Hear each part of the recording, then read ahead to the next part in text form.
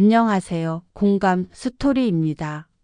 오늘의 사연은 25년간의 시집살이 끝에 새로운 인생을 찾은 한 여성의 이야기입니다. 1993년 저는 20살에 갓 고등학교를 졸업한 여자애였어요. 그때만 해도 은행은 대졸 정직원만 뽑았지만 농협중앙회 지점에서 계약직 창구 직원을 모집한다기에 원서를 넣었죠. 시골에서 농사 짓는 부모님께 조금이라도 도움이 되고 싶었거든요.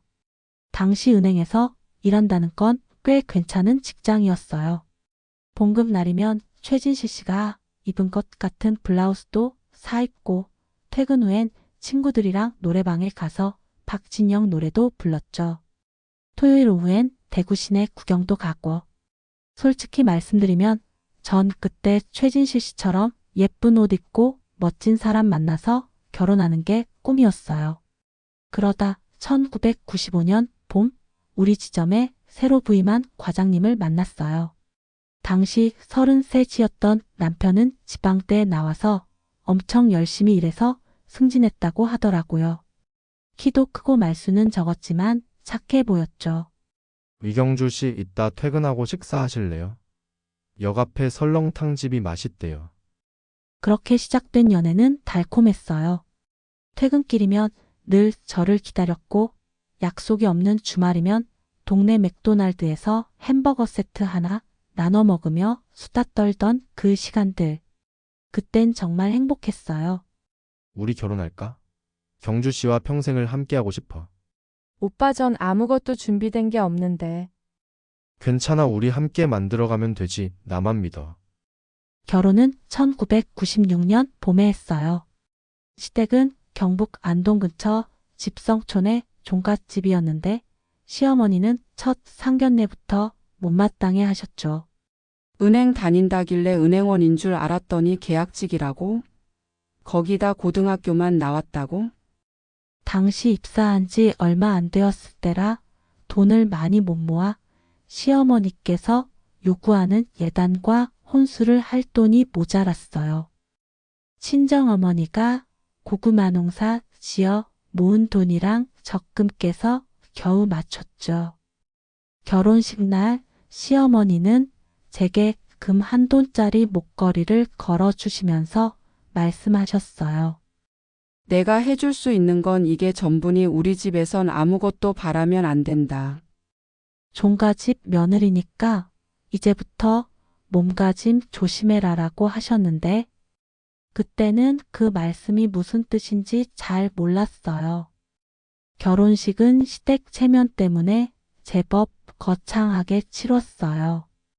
시댁의 그 많은 친척들과 시부모님 지인분들. 결혼식이 끝나고 패백절을 하는데 친척분들이 많아 절하는 시간만 해도 한참이 걸렸어요. 무거운 한복 때문에 허리는 끊어질 듯이 아팠고요.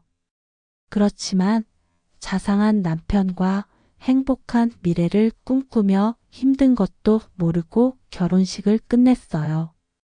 처음엔 대구 시내 연립주택에서 살았는데 시아버지가 편찮으시다고 시골 본가로 내려왔어요. 우리 부부는 바깥채를 쓰고 시부모님은 안채에 사셨죠. 아침이면 앞마당 쓸고 시부모님 조석 챙기고 그게 일상이었어요. 이렇게 눈치밥을 먹으며 시댁일을 맡아 해도 시부모님은 우리 내외를 썩 달가워하지 않았어요. 남편 이야기로는 어릴 때부터 시동생과 비교를 많이 당했다 하더라고요. 시동생은 달랐어요. 1등만 하던 아이라 의대에 들어갔거든요. 그것도 경북대 의대 수석이래요. 시부모님 눈에는 늘 빛나는 별이었죠. 우리 작은 아들은 의대 교수 될 사람이야. 큰 아들은 그래도 은행에서 성실하게 일하니까. 1997년 말 IMF가 터졌어요. 남편이 다니던 은행도 구조 조정 바람이 불었죠. 그때 시동생이 개원한다며 투자금을 요청했는데 우유부단한 남편은 제 의견도 묻지 않고 퇴직금을 다 줘버렸어요. 시동생은 그 돈으로 동네에서 제법 큰 내과를 차렸죠. 2000년 시동생이 결혼한다고 했어요. 신부는 대구에서 큰 병원 하는 의사 집안 딸이더라고요. 대학병원 전공이래요. 첫 만남에서 동서는 화려했어요. 형님, 저는 레지던트라 바빠서 자주 못 찾아뵐 것 같아요. 병원 일이 워낙 아시잖아요. 진주 귀걸이에 명품 가방 보는 순간 제 초라함이 느껴지더라고요. 시어머님은 그날부터 두 며느리를 더 노골적으로 비교하셨어요. 우리 작은 며느리는 대학병원 의사야 환자들이 줄을 서서 기다린다니까. 1년에 6번의 제사, 정월대보름, 한식, 단오, 추석, 동지, 섣달금음까지 차례상에 올릴 것만 해도 어마어마했어요. 대형마트도 없던 시절이라 장도 보고 김치도 담그고 손이 부르터도 쉴 수가 없었죠. 제 아들들 과외비는 한 푼도 안 주시면서 시동생 자녀들 학원비는 다 대주셨어요. 큰 아들은 과외라도 받아야 하는데 한숨만 나왔어요. 시동생 조카들은 서울까지 보내서 대치동에서 학원을 다닌다는데 우리 아이들은 동네 독서실에서 자습하는 게 전부였죠. IMF 이후로 남편 월급은 더 쪼들렸는데 시어머님은 아랑곳하지 않으셨어요. 작은 아들네 아이들이 영재교육원에 들어갔다네. 역시 의사 집안 자제들은 다르구나. 정작 중요한 집안일은 제 의견은 묻지도 않았어요. 제사 음식을 줄이자는 제안도 친척들과 돌아가면서 하자는 의견도 맏며느리가 할 소리가 아니야. 종갓집 전통이 어디 며느리 입김으로 바뀌나. 설상가상으로 2003년에는 시동생이 대형 병원 지를 거라면서 또 투자를 요구하더라고요. 남편은 이번에도 묵묵히 적금을 빼서 줬어요. 시댁에서 분가할 때 쓰려고 목숨처럼 가지고 있던 돈이었어요. 그러던 어느 날 시어머니가 가족회의를 소집하셨어요. 나도 이제 나이가 있고 종갓집 재산 정리를 해야 할 것 같아. 선사는 작은 아들 앞으로 하기로 했다. 순간 머리가 멍했어요. 남편은 또 묵묵히 고개를 끄덕이고 그날 밤 건넌방으로 돌아와 남편에게 물었어요. 당신은 정말 이게 괜찮아요? 그동안 이 집의 장남으로 살면서 단 한 번도 인정받지 못하고 이제는 선산마저. 남편은 한참을 말이 없더니 떨리는 목소리로 말했어요. 난 어머니를 못 떠나. 동생도 이제 대구로 나가고 연세 드신 어머니를 혼자 두고 어떻게 나가. 그럼 당신은 평생 이렇게 살 거예요. 동생 뒷전으로. 우리 아들들도 이런 꼴 보면서 자라게 할 거냐고요. 당신이 날 이해 못해. 난 장남이야. 어머니 모시는 게 당연한 거고. 내가 무능해서 이 모양이지만 여보, 우리 새로 시작해요. 어디 가서 우리 식구끼리 살아봐요. 안 돼. 난 이 집 장남이고 어머니 돌아가실 때까지는 꼭 모셔야 해. 그게 내 도리야. 남편의 눈가가 붉어졌어요. 떨리는 손으로 담배를 꺼내 물더니 말했죠. 당신 말이 다 맞아. 나도 이 집 구석에 싫고 어머니 눈치 보는 게 지겹고 동생처럼 의대도 못 갔고 은행 다니는 것도 겨우겨우인데 그래도 난 장남이야. 어머니 여기 두고 나갈 순 없어. 그럼 우리 부부는요? 우리 아이들은 이대로 계속 눈치만 보며 자라야 하나요? 미안해. 난 정말 미안해. 하지만 어머니를 못 떠나. 남편의 어깨가 떨리고 있었어요. 그제야 보였어요. 남편도 이 집에서 얼마나 힘들었을지. 하지만 전 더는 참을 수 없었어요. 이대로는 우리 아이들까지 불행해질 것 같았거든요. 더는 못 살겠습니다. 분가하겠습니다. 시어머니는 기다렸다는 듯 오열하셨죠. 이런 망측한 일이. 종갓집 맏며느리가 시어미를 버린다고? 남편이 외쳤어요. 난 분가 못하니 당신 나갈 거라면 당신 혼자 나가. 그날 밤 차가운 3월의 밤 공기를 맞으며 터덜터덜 걸었죠. 가방 하나 제대로 못 챙겨온 제가 한심하기도 하고 25년이라는 세월이 주마등처럼 스쳐 지나갔어요. 내가 지금 뭐 하는 거지? 이 나이에 갈 곳도 없이 동네 골목을 정처 없이 걸으며 눈물이 흘렀어요. 남편의 마지막 모습, 시어머니의 눈빛, 아이들 얼굴, 다리에 힘이 풀려 길가 풀숲에 털썩 주저앉았죠. 이제 난 뭘 해야 하나? 정말 이렇게 끝내도 되는 걸까?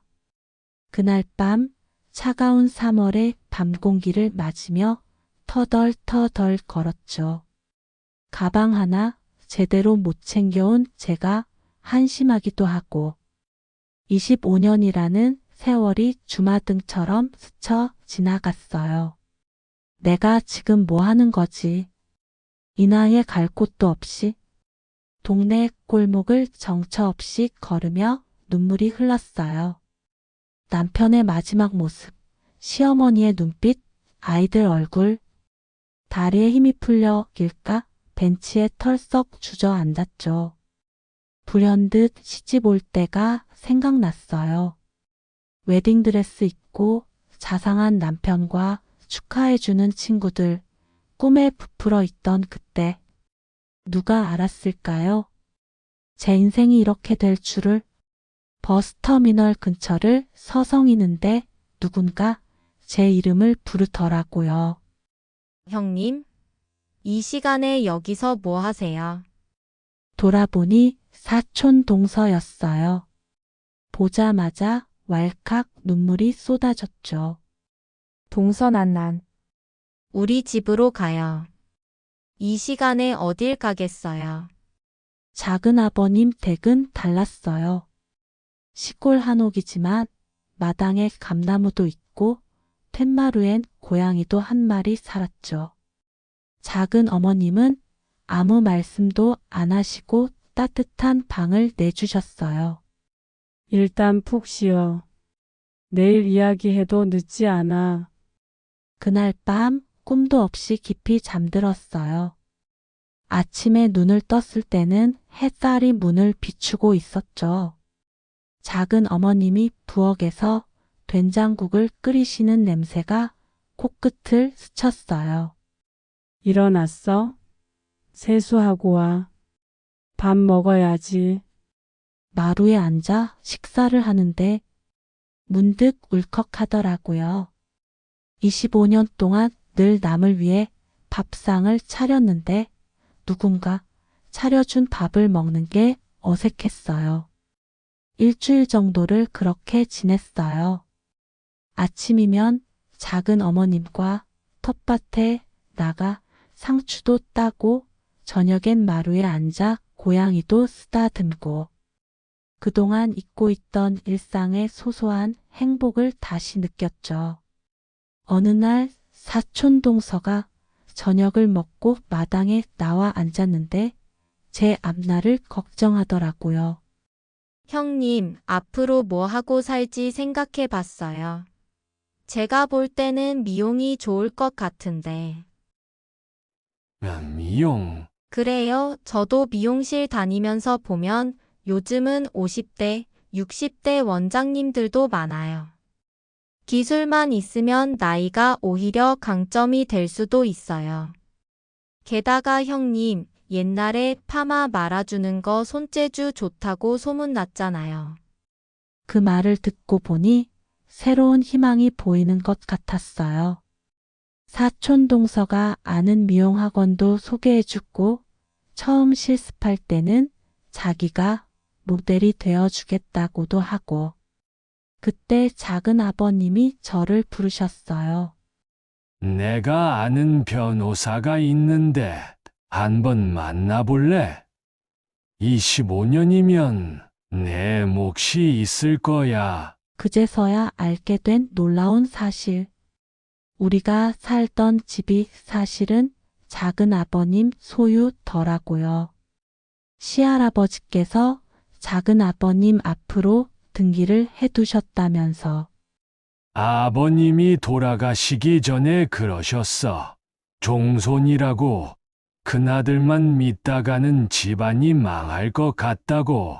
그래서 내 앞으로 해두신 거야. 그 집을 네 앞으로 해주마. 이제는 내가 새 삶을 시작할 때가 된 것 같구나. 미용학원에 다니는 동안 작은 어머님은 매일 아침 도시락을 싸주셨어요. 사촌 동서는 퇴근 후면 제 기술 연습에 모델이 되어주고 처음엔 실수도 많았지만 모두가 힘이 되어주셨죠. 그러던 중에 동네 사람들로부터 시동생 소식을 듣게 됐어요. 대형 병원을 차리겠다며 선산을 몽땅 담보로 잡았다더군요. 의사라고 자만했는지 사업 계획도 제대로 없이 시작했다고 해요. 처음엔 성형외과를 차렸대요. 대구 동성로에 7층짜리 빌딩을 통째로 임대해서 호화롭게 인테리어를 했다고 하더라고요. 개원식도 호텔에서 거창하게 하고. 하지만 환자가 생각만큼 안 들어왔나 봐요. 처음부터 무리수였지. 경험도 없는 사람이 대출받아서 하니 6개월도 안 돼서 직원들 월급도 못 주고 의료기기 리스료도 밀리기 시작했대요. 거기다 동생 와이프는 사치가 심했다나 뭐라나. 명품 베개 외제차에 병원 수익은 안 나는데 쓰기만 했으니 망할 수밖에요. 결국 병원은 폐업하고 채권자들에게 쫓기더니 어느 날 홀연히 사라졌다고 해요. 시어머니는 그제서야 후회하셨다나 봐요. 똑똑한 줄만 알았던 작은 아들이 종갓집 선산을 이렇게 날리다니. 그 소식을 들었을 때 작은 아버님은 담담하게 말씀하셨어요. 사람 욕심이 지나치면 저렇게 돼. 내 잘못이 아니었어. 이제 앞만 보고 가. 얼마 전에 전 남편한테서 전화가 왔어요. 여보, 제발 도와줘. 지금 엄마랑 월세 단칸방에서 살고 있어. 동생은 연락도 안 되고, 채권자들은 매일 찾아오고. 남편의 떨리는 목소리를 들으니 마음 한구석이 아렸어요. 하지만 전 이제 돌아갈 수 없었죠. 미안해요. 이제는 각자의 길을 가야 할 것 같아요. 지금은 작은 아버님이 주선해 주신 상가 건물 1층에서 미용실을 하고 있어요. 가끔 작은 어머님이 들르셔서 커피도 마시고 가시고 사촌 동서는 이제 제 미용실의 단골이 됐죠. 이경주 헤어샵 간판을 달던 날 작은 아버님이 그러셨어요. 봐라. 내가 해냈잖아. 이제 시작이야. 앞으로 더 잘 될 거야. 매일 아침 미용실 문을 열 때마다 감사해요. 이제는 제 이름을 당당히 걸고 살아가는 제가 참 자랑스러워요. 누군가의 며느리가 아닌 제 자신으로 사는 이 시간이 얼마나 소중한지 모릅니다. 긴 이야기 들어주셔서 감사합니다. 이상 공감 스토리였습니다.